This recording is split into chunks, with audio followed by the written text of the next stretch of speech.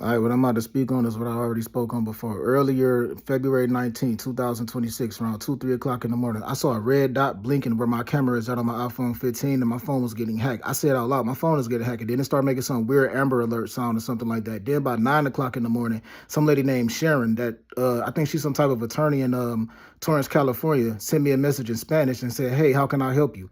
So I think whoever's hacking in my phone is somebody that speaks Spanish. I don't know, but I've never sent this lady a single message. I think what people are doing is possibly hacking in my account and socializing with people under my Instagram account, throw 100, and then erasing the messages they sending out or something like that. And then I basically just get the aftermath of whatever has happened after my phone is done getting hacked. Whenever my phone is getting hacked, I get a notification on my phone to say your account storage is full. When I say it's that, I can't take a picture, I can't take a screenshot, I can't record a video, I can't even check my emails on my iCloud or on my Google Photos or my Google account.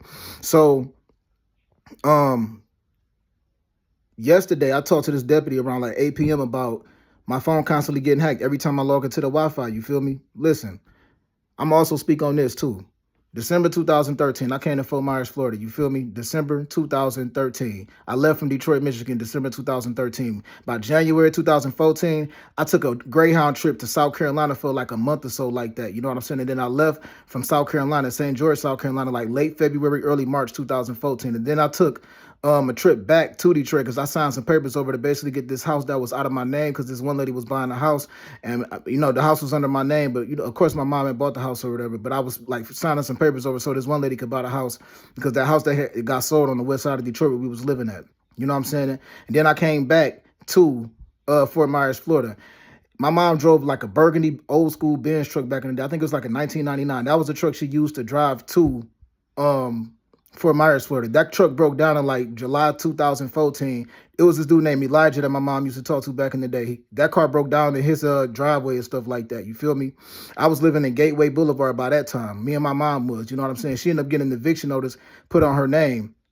So we end up moving to this place on Canal Street that got like 7 apartment units. You know what I'm saying? This Jamaican dude named Nigel knew this white dude named Henrik that was the landlord for all 7 of those apartment units over there on Canal Street between Cleveland and Fowler. You feel me? So we moved over there in like late October 2014 or whatever, early November 2014. My mother chose to move to Cape Coral by like December 2014, and I stayed where I was at on Canal Street, on 2145 Canal Street. You feel me? I chose to stay there. It was a 1 bedroom apartment. She moved to a duplex with 2 bedrooms. I said I'm gonna stay where I was at on 2145 Canal Street. I was working at Coca-Cola at the time. You know what I'm saying? By like late March 2015, my mom got hit by a car walking through the parking lot by some drunk driver that was driving a company van. You feel me? And then she got a lawsuit against him. He ended up filing for bankruptcy, I think, like a couple months later. But the lawyer that she had basically like fronted her like a couple thousand and stuff. You know what I'm saying? Because of the case she had, the dude was driving a company van and he was drunk and he had hit her like by mistake when she was walking through the parking lot. Then she got another Benz truck. It was like a golden tan color Benz truck. She got that in like I probably like the summertime or late spring of 2015. You feel me? So by like September 2015, this one girl that was my neighbor named Stephanie asked me to take her to Burger King one night. You feel me? And Burger King wasn't closed yet. That's how I remember this. But it was nighttime. I remember that. I had like a little cup on the side of me. I had like a little cup of liquor or whatever. I was barely drinking it because I was taking her to basically get some food. I went and got some Burger King, came back on Canal Street, and as soon as I pulled up, I took a couple sips. Yo, I didn't like I passed out. I didn't even park. I pulled up in the front and I didn't even park where the area was at, where the parking lot was at, where the cars were supposed to park at. I passed out, woke up to the birds chirping around like 11 a.m. So I was out for at least 12 hours. I truly believe that my drink had got spiked, yo. You know what I'm saying? And then I was asking around, like, where my keys at? Where my keys at? So I reached out to the landlord, the white dude named Henrik, and I told him I wanted to get the locks changed on my door on Canal Street because my keys came up missing. So my keys got stolen, I mean. So he changed the locks on the door. And I also took the spare keys because I had a 2010 Impala at the time. And I took those spare keys to Cape Coral. I took that car to Cape Coral and I told my mom I'm going to drive her Benz truck around for a couple months. And I'm basically going to leave my 2010 Impala in her driveway, let her drive that around. At the time, she was working for the tax collector's office, I believe. So I said I want to wait to see if my keys resurface or something like that because I know that they got stolen. I woke up around 11 a.m. I think Burger King closed around 11 p.m. So this had to be around 9 or 10 p.m. when I took old girl Stephanie to basically get some Burger King. You feel me? So I was basically driving around in that Benz truck for like for a couple months from like September to like November 2015. You feel me? Look, it was one girl named Lauren that I was talking to also. You know what I'm saying? Lauren was this light skinned girl that was from Detroit. She stayed around the MLK Dunbar area. You know what I'm saying? One day I'm chilling in the car with her. We was laughing about this. I pulled my gun out and I was about to take it off of my because I had it on the front side. I was about to like take it off my belt. And it went off because I had it cocked. And then the bullet went through the steering wheel and then got lodged into like the dash, the little compartment that was under the steering wheel. You know what I'm saying? And Lauren was laughing like, "You all right? You all right?" I'm like, "Yeah." You know what I'm saying? That shit was crazy. And I said, I ain't gonna never again like have my gun cocked on me. I had a Smith & Wesson 9mm. You feel me, at the time. So I took it to the mechanic. The mechanic said there was nothing wrong with it. It just got bullet on the inside of it, on the leather part of it. You feel me? So this is like November 2000. No. This is like September or October, I think, of 2015. You know what I'm saying? I remember the exact month when I was hanging out with Lauren, this light skinned girl. And then my keys resurfaced on the side of my apartment unit. I have apartment unit number 3. My keys resurfaced. Somebody threw them in the grass. I knew for a fact that I didn't put them in the grass because I woke up in my car 11 a.m. the next day. This was in like September 2015, yo. So if it's a video or something going around back in that day or something like that, yes, I got drugged, I got framed. I don't know what all took place, but I'm just letting that be heard right now. So December 4th, 2015, I was hanging out with this dude named Ryan at the Sunterra Apartments. Me and that nigga worked together at the Coca-Cola warehouse. And I hung out with him for like nighttime or like 9, 10 p.m. all the way up until like 1 a.m. or something like that. I hit up my ex-girlfriend, Mona. And last time I talked to her was November 2018. Last time I physically touched her or even seen her in person was in like June 2018. So I'm just saying that just in case there's somebody hacking in my phone and trying to make up a lie about me or something like that. So she told me if she gets to my apartment and I'm not there, then she gonna basically leave or whatever. I'm like, all right, cool.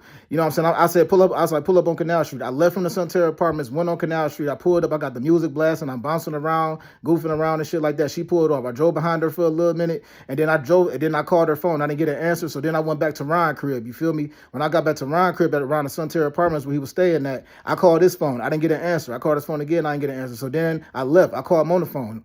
And then she answered. So now we back arguing back and forth on the phone. You know what I'm saying? I bust a left down Park Windsor Drive. The Maplecrest Apartments was to the left of me. The right side of me was the Evanston Park condominiums. I bust a right in the park. So it was a dead end also. You couldn't drive straight. You know what I'm saying? You could either go left or go right. So I turned right inside of the Evanston Park condominiums, drove through the parking lot, and looked over to my left. All my windows was down, you feel me? I had my left wrist on the steering wheel, and I had my phone up to my right ear, my right hand on my phone, you know what I'm saying? And I was like basically arguing back and forth with my ex.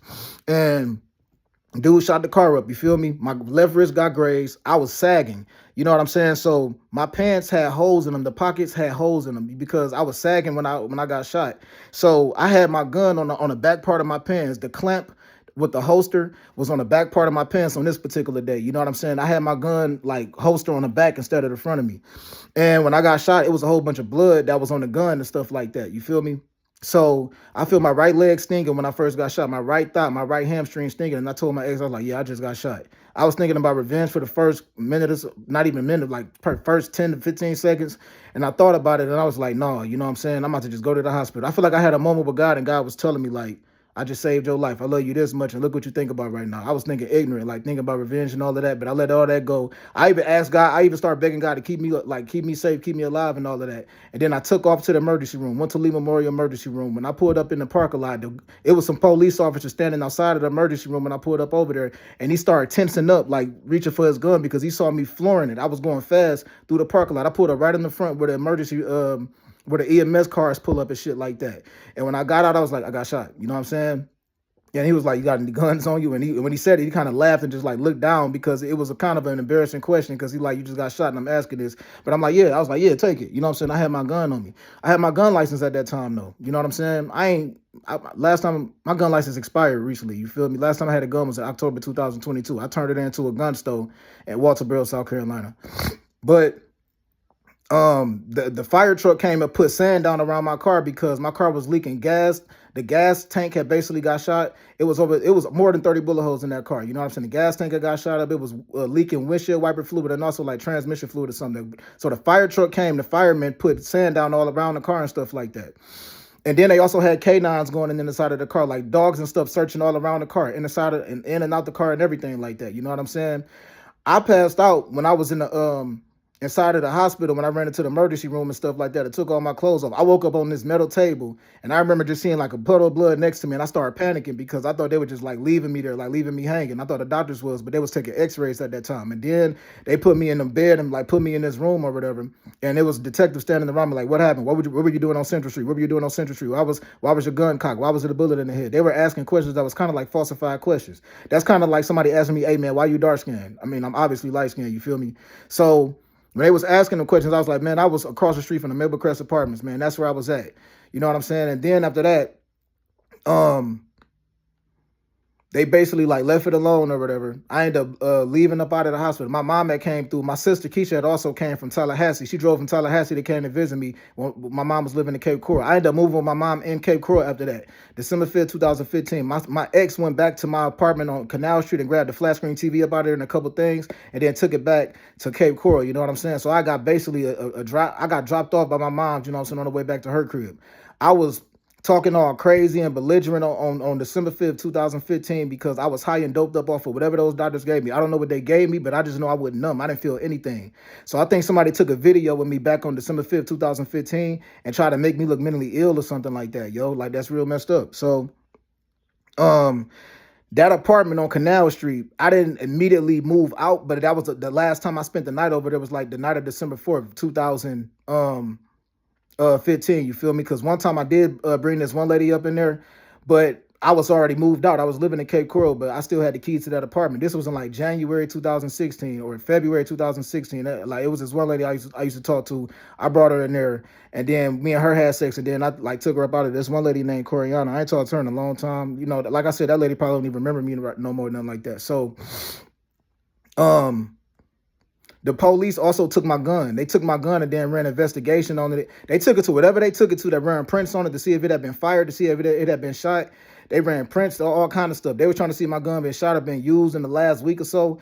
That gun that wasn't used or nothing like that. You know what I'm saying? And then they end up telling me that I can come and get my gun.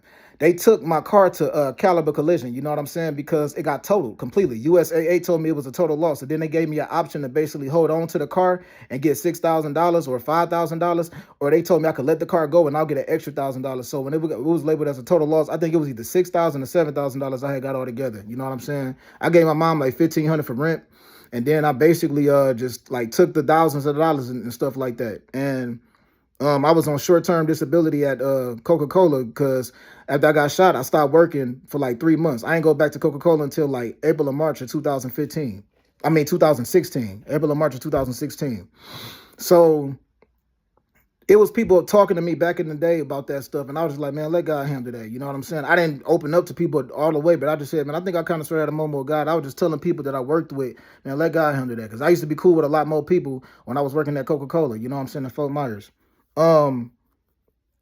So I'm sitting here thinking about all of this right now, yo, because I think some type of lie got told. I think some type of like scandalizing lie got sparked up. I don't know.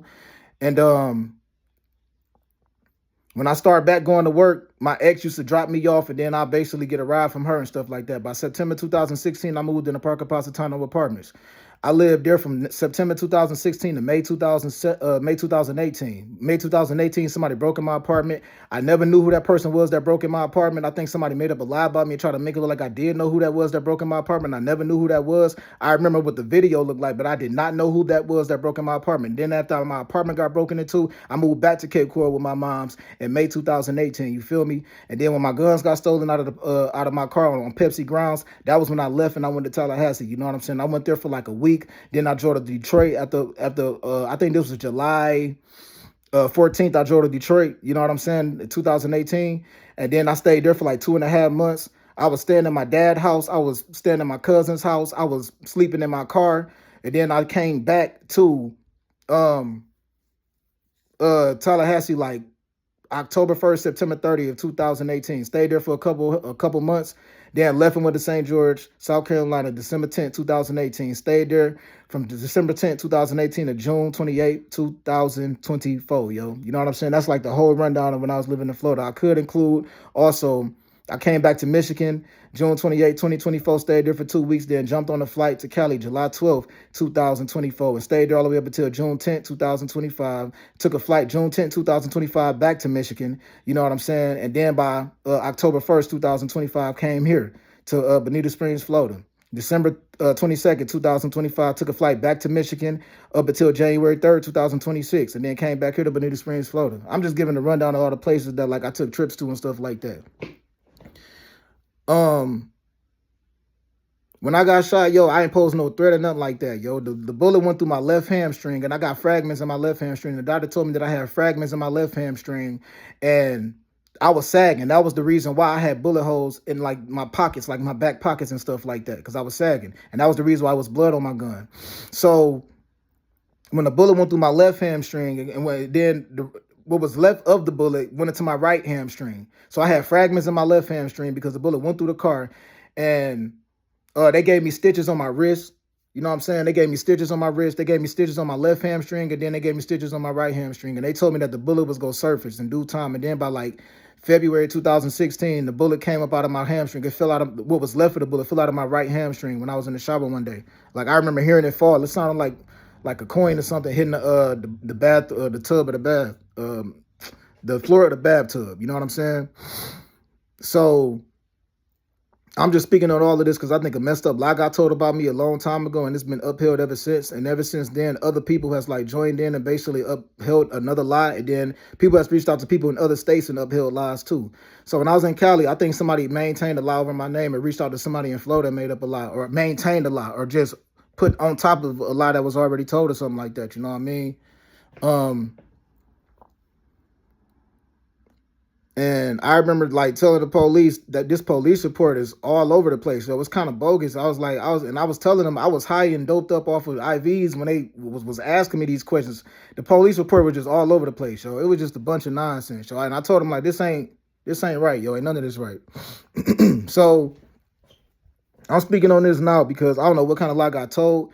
That night when I got shot, it was a few other shootings that happened around Fort Myers and stuff like that. That was the reason why I was a police officer standing outside of that door when I pulled up originally, yo, around like 2 or 3 in the morning at the Lee Memorial Hospital emergency room.